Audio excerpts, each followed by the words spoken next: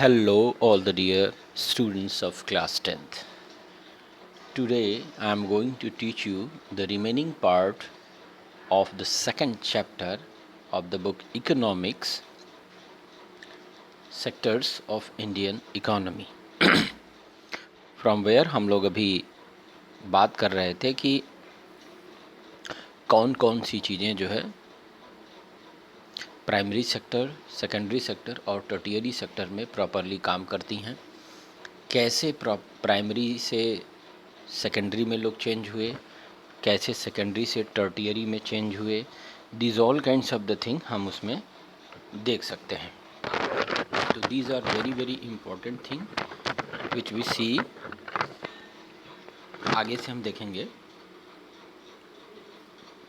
In the past 100 years, 100 सालों में there has been a further shift from secondary to tertiary sector in developed countries. विकसित देशों में देखा जाए, डेवलप्ड कंट्रीज़ में देखा जाए तो सेकेंडरी से टर्टियरी सेक्टर में बहुत सारे शिफ्टिंग हुई है. The service sector has become the most important in terms of total production. Most of the working people are also employed in the service sector. ज़्यादातर जो काम करने वाले लोग हैं वो सर्विस सेक्टर में ही इन्वॉल्व हैं. This is the general pattern observe in the developed country. यही जो है वो जनरल पैटर्न है जो कि डेवलप्ड कंट्रीज में देखा गया है. What is the total production and employment in 3 sectors in India. कहा जा रहा है कि जो टोटल प्रोडक्शन है और जो रोजगार है in the 3 sectors in India over the years, have there been changes similar to the pattern observed for the developed countries?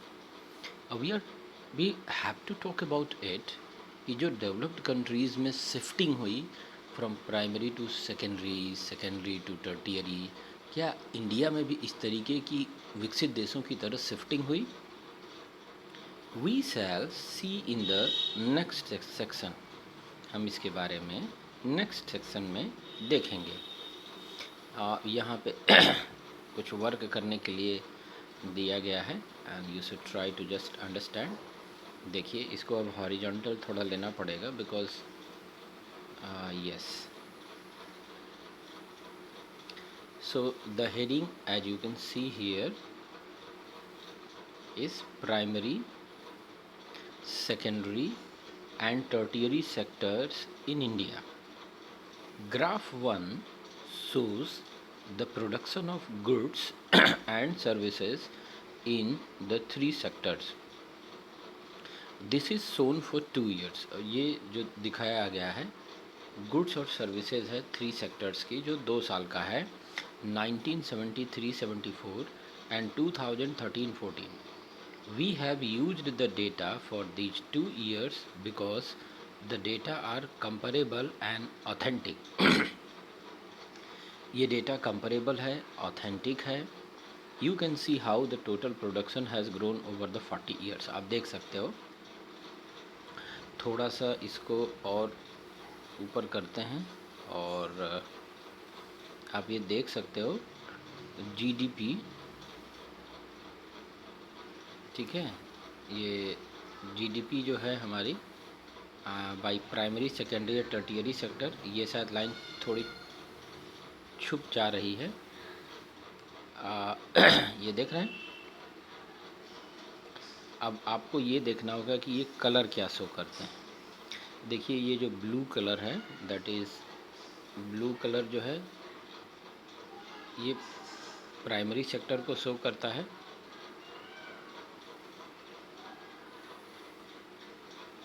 इसको थोड़ा अगर लंबा नहीं किया गया तो it is very difficult to explain.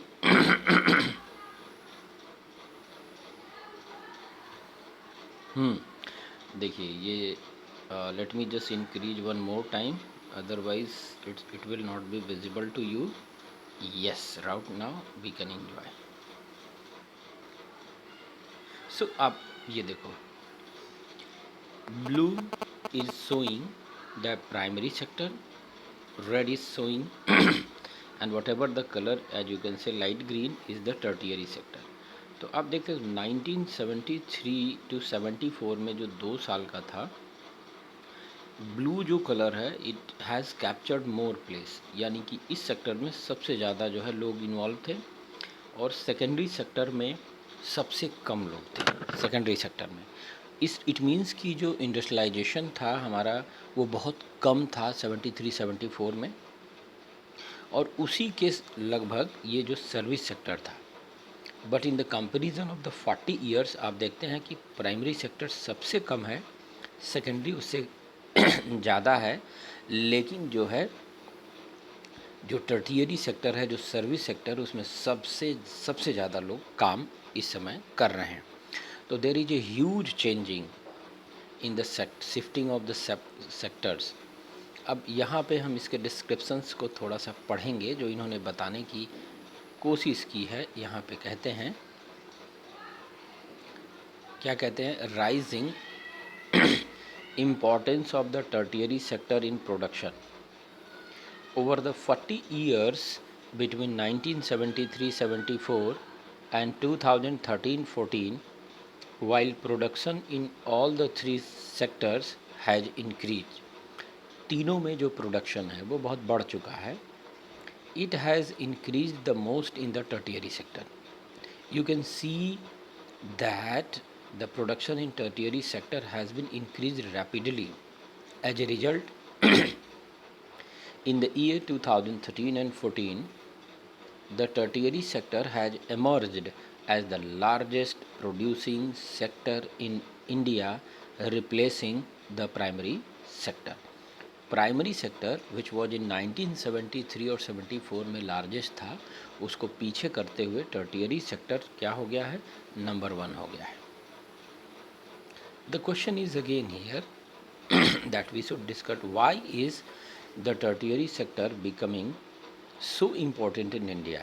There could be several reasons कि tertiary sector जो है वो क्यों इतना महत्वपूर्ण हो गया है इंडिया में।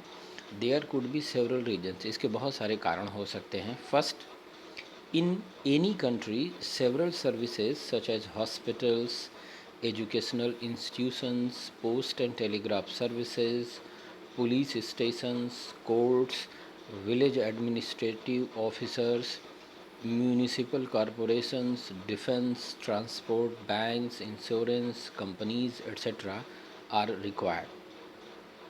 These can be considered as basic services. इसको क्या बोलते हैं, बेसिक सर्विसेज में लेते हैं। In a developing country, the government has to take responsibility for the provision of these services. Second, the development of agriculture and industry leads to the development of services such as, अब ये सारी चीज़ें जो है अब आप next में देखेंगे, transport, trade, let me read that once again, transport में, ट्रेड में, storage and the like, as we have already seen, जिसको हमने पहले से ही देखा है। Greater the development of the primary and secondary sectors, more would be the demand for such services. Third में क्या है, एज इनकम लेवल राइज, जैसे जैसे आमदनी बढ़ती है, certain sections of the people, एक खास वर्ग के लोग, start demanding many more services, एक खास वर्ग क्या डिमांड करना शुरू करता है, और ज़्यादा सर्विसेज, जैसे कि ईटिंग आउट, बाहर खाने जाना, टूरिज़म, लोग गर्मियों की छुट्टियों में घूमने चलने जाते हैं, शॉपिंग खूब करते हैं, प्राइवेट हॉस्पिटल्स की, प्राइवेट स्कूल्स बढ़ते हैं, professional training etcetera, MBA MCA के इंस्टीट्यूशन ज़्यादा, क्योंकि दे वांट समथिंग डिफरेंट और they can pay. You can see this change quite sharply in cities. आप ये जो चेंजिंग है वो बहुत तेज़ी से शहरों में देख सकते हैं, स्पेशली द बिग सिटीज़, विशेष करके बड़े शहरों में। Fourth, over the past decade or so, पीछे के दशाब्दियों में देखें, certain new services such as those वो based on information सूचनाओं पे आधारित and communication technology have become important and essential. The production of these services has been rising rapidly. बहुत तेज बढ़ रहा है. In chapter 4 we shall see examples of these new services and the reasons for their expansion, और उनके बढ़ने के जो है वो कारण. However, you must remember that not all of the service sector is growing equally well. और इसी तरीके से देख सकते हैं कि हमारा सर्विस सेक्टर जो है इक्वली आगे बढ़ रहा है. Service sector in India employees many different kinds of people. Service sector में बहुत अलग अलग लोग जो है प्रकार के लोग इसमें इन्वॉल्व हैं. जैसे service sector employs many different kinds of people. At one end there are a limited number of services. And में एक बहुत ही सीमित संख्या है सेवाओं की. That employ highly skilled and educated worker, जहाँ पे बहुत ही हाईली स्किल्ड और एजुकेटेड वर्कर्स की ज़रूरत है. एट द अदर एंड, और दूसरी तरफ देखें, there are a very large number of workers, एक बहुत बड़ी संख्या है वर्कर्स की engaged in services such as small shopkeepers, repair persons, transport persons, etc. These people barely manage to earn a living, and yet they perform these services because no alternative opportunities for work are available to them.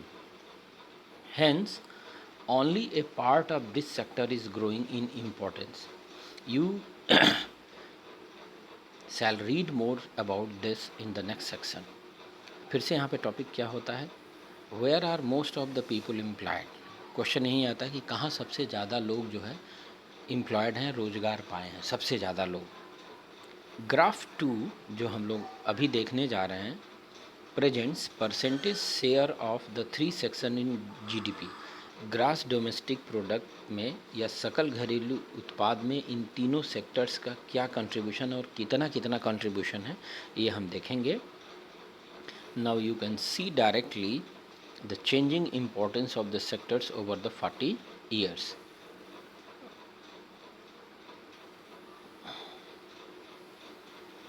Sorry, ये ऊपर ही रहे तो ज़्यादा अच्छा है.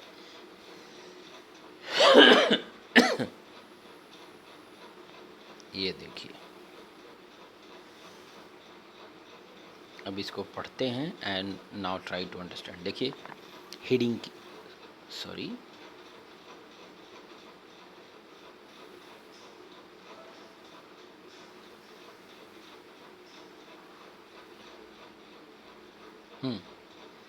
Graph 2 share of sectors in GDP. जैसा कि heading है कि जो सहभागिता है अलग अलग सेक्टर की जीडीपी में. जीडीपी के बारे में मैंने आपको ऑलरेडी एक्सप्लेन किया हुआ है. If you are not sure about it you can consult I think the last video. अब यहाँ पे देखिए again the blue is for the primary, red is for the secondary and light green is the tertiary sector. So how can you say in the 1973 the percentage of the people working in the primary sector काफ़ी था. सबसे कम लोग कहाँ थे, secondary sector में थे, और सबसे ज़्यादा उस समय भी टर्टियरी सेक्टर में थे. आज का आलम क्या है जो 2013 और 14 का है, दैट द टर्टियरी सेक्टर में one of the most people are employed. The second position goes to the secondary or the industrial sector, and the third is for what? Third is for the guys. This is for the primary sector. तो requirement बढ़ती है. देखिए समय भी बदलता है और देश की जो डेवलपमेंट होती है उसके अकॉर्डिंग भी ये मान के आप चलो कि सेक्टर्स में शिफ्टिंग्स होती रहती है, बहुत ज़्यादा होती है, नोबडी कैन इग्नोर इट। तो ये सारी चीज़ें जो है आपको समझनी चाहिए, और अगर आपको दिक्कत होगी तो आप कमेंट करके ज़रूर बताइएगा कि इस ग्राफ को मैं फिर से एक्सप्लेन कर दूंगा आपके लिए।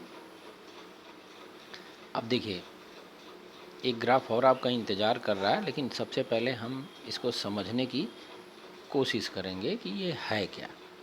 ओके, ए रिमार्केबल फैक्ट, एक उल्लेखनीय सत्य है about India is that while there has been a change in the share of the three sectors in GDP, a similar shift has not taken place in employment graph। जैसे कि लोग change हुए एक sector से दूसरी sectors तक, लेकिन जो एम्प्लॉयमेंट का परसेंटेज है वो नहीं चेंज हुआ। Graph 3 shows the share of employment, जो रोजगार का जो शेयर है इन द थ्री सेक्टर्स, अलग अलग तीन सेक्टरों में 1977 और 78 and 2017 and 18, the primary sector continues to the largest employer even now. और प्राइमरी सेक्टर का मतलब ये है कि हमारे यहाँ अभी भी एक बहुत बड़ी जनसंख्या खेती बाड़ी में जुटी हुई है, या स्मॉल स्केल, आप जो भी देख लो, कलर वही है, प्राइमरी, सेकेंडरी और टर्टियरी। तो 77 और 78 में देख लीजिए, हेडिंग क्या है, share of sectors in employment. आप यहाँ पे देख सकते हो 71, अगर 100 की बात करें तो 71% people were engaged in the primary sector. If you see in the 1977 and 1978, only the 11% of the people were engaged in the secondary sector and the 18%. So the lowest was the secondary and the highest in the primary, and देख सकते हो बचा हुआ आपका tertiary है। But ये जो ratio है, अभी हम 17 और 18 की बात करें 2000, तो अभी भी ये जो कंपैरिजन है कि प्राइमरी सेक्टर में अभी भी सबसे ज़्यादा लोग जो है इंगेज्ड हैं, and what it is showing is the 44%। Okay, and the percentage ये जो बढ़ा है, आप देखो कि इंडस्ट्रियल सेक्टर से 11 to 25 डबल हो गया है, डबल से ज़्यादा हो गया है, और ये तो बढ़ा ही है। ये इंडिया की बात है, पूरे वर्ल्ड की बात नहीं है। तो आप ये देख सकते हो कि प्राइमरी सेक्टर में, क्योंकि अभी भी हमारे यहाँ इंडस्ट्रियल स्किल लेबर्स नहीं हम लोग बना पा रहे हैं, तो ये एक बहुत बड़ी प्रॉब्लम है। अब यहाँ पे हम देखेंगे क्या, why didn't a similar shift out of primary sectors happen in case of employment. It is because not enough jobs were created in the secondary and tertiary sector. यह ऐसा इसलिए हुआ है क्योंकि पर्याप्त नौकरियां नहीं क्रिएट की गई हैं in the secondary and tertiary sector. ठीक है, इवन नेक्स्ट पे चलते हैं और हम लोग इसको जो है दिस पैराग्राफ पे हम लोग देखते हैं। Even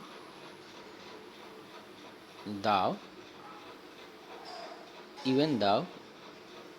industrial output or the production of goods went up by more than 9 times during the period, मतलब 9 गुना बढ़ गया है। ठीक है, employment in the industry went up by around 3 times, production 9 गुना बढ़ा है, रोजगार 3 गुना बढ़ा है। The same applies to the tertiary sector as well, और इसी तरीके का फार्मूला कुछ जो है वो टर्टियरी सेक्टर पे भी अप्लाई होता है। While production in the service sector rose by 14 times, employment in the service sector rose around 5 times. As a result, more than half of the workers in the country are working in the primary sector। कहता है आधा से ज़्यादा workers जो है वो काम कर रहे हैं प्राइमरी सेक्टर में, मेनली इन एग्रीकल्चर, ज़्यादा जो मुख्य रूप से एग्रीकल्चर में, producing only about 1/6 of the GDP. 1/6 of GDP केवल प्रोड्यूस करते हैं। इन कंट्रास्ट अगर इनके अलग देखा जाए to this, the secondary and tertiary sectors produce the rest of the produce whereas they employ less about half of the people. वो कहता है कि बाकी की जो भी बची हुई जीडीपी का हिस्सा है वो सर्विस सेक्टर और सॉरी सेकेंडरी सेक्टर और टर्टियरी सेक्टर दे रहे हैं। लेकिन उनके में एक बहुत इम्पॉर्टेंट चीज़ क्या है कि हाफ ऑफ द पीपल जो बचे हुए हैं वो उसमें है और वो कंप्लीट कर रहा है। Does this mean that the workers in agriculture are not producing as much as they could? क्या इसका मतलब यह है कि एग्रीकल्चर सेक्टर में जो लोग इंगेज हैं वो उतना नहीं उत्पादन कर पा रहे हैं जितना वो कर सकते हैं? What it means is that, इसका ये मतलब है there are more people in agriculture, कि बहुत सारे लोग एग्रीकल्चर में हैं दैन इज नेसेसरी, जितनी ज़रूरत है उसे कहीं ज़्यादा लोग इंगेज हैं। So even if you move a few people out, कि उसमें से कुछ लोग अगर बाहर भी निकल जाते हैं, production will not be affected, तो जो उत्पादन है वो बिल्कुल प्रभावित नहीं होगा। इन अदर वर्ड्स, अगर दूसरे शब्दों में कहें, workers in the agricultural sectors are under employed.